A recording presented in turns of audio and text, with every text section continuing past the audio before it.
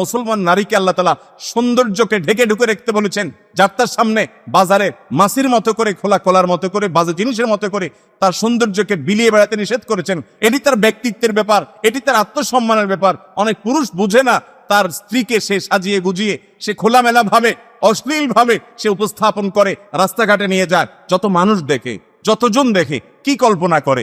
এখানে আবার সুশীল ভাইরা হাজির হয়ে যাবে, ওনারা বলবে যে হুজুরদের আপনাদের মনটাই আসলে খারাপ, আপনারা শুধু বলেন যে মেয়েদেরকে দেখলেই বাজে চিন্তা হয়, আপনাদের চরিত্রটাই খারাপ, আপনাদের বাজে চিন্তা হয়। ওই ভাইরা আমাদের ফেরেশতার মতো, ওনাদের মনে কখনো বাজে চিন্তা হয় না, কোনো বাজে কল্পনা হয় না। আপনারা যারা আছেন এখানে সবাই পুরুষ আছেন, বেশিরভাগ কেনা সবাই প্রায় অ্যাডাল্ট মানুষ আছেন, ভাই আপনাদের মনে কোনো বাজে জিনিস দেখলে বাজে চিন্তা আসে কিনা আমি জানি না, কিন্তু আমাদের এই ভাইরা যারা সুশীল বলেন, ওনাদের মনে কোনো এই সমস্ত ফালতু চিন্তা কখনো আসেন না।